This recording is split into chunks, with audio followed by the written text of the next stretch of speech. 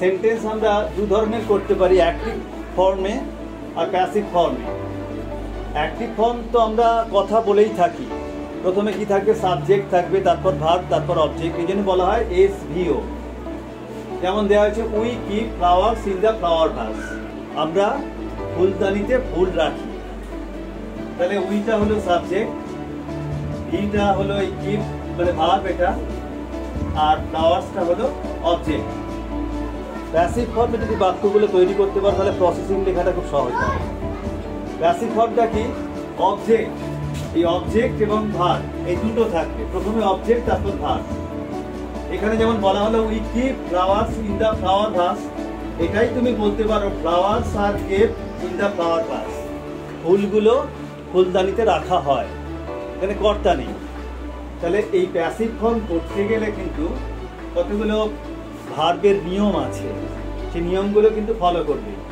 প্রথমত একটা two be verb আসে, প্রেজেন্ট টেন্সে দেখো ইজ আর এম প্লাস ভার্বের থার্ড ফর্ম, পাস্ট টেন্সে হচ্ছে ওয়াজ ওয়্যার প্লাস ভার্বের থার্ড ফর্ম, আর ফিউচার টেন্সের বি থাকবে এবং যাবতীয় মডেল বা অন্যান্য যা কিছু থাকবে সেগুলো বসিয়ে মূল ভার্বটা ভার্বের থার্ড ফর্ম হবে। এইভাবে পরপর যদি আমি সংযোজন করি একটা প্রসেসিং হয়ে যাবে।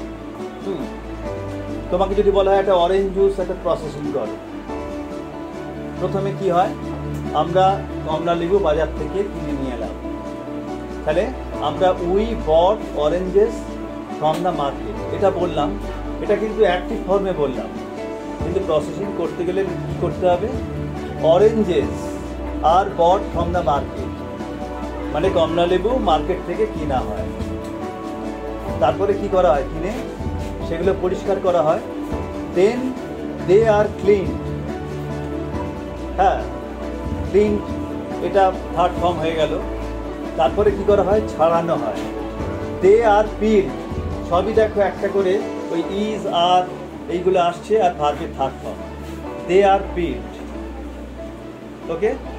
তারপরে তাদের কি করা হয়, পেশাই করা হয়, দে আর ক্রাস্ট অ্যান্ড এক্সট্রাক্টেড জুস, তাদের পেশাই করা হয় এবং রসটা বার করা হয়। আটটা কমন ভার্ব হয়ে গেছে দুজনের ক্ষেত্রে, ঠিক আছে। এইবারে দে দ্য জুস, জুসটা বেরোলো তো, জুসটা কি করা হবে, preservatives are added with the juice, তারপরে এটা বোতলে রাখা হয়, the juice are kept in the bottle and sealed well, এবং ভালো করে সিল করে দেওয়া হয়। হ্যাঁ, now it is ready for sale, ঠিক আছে।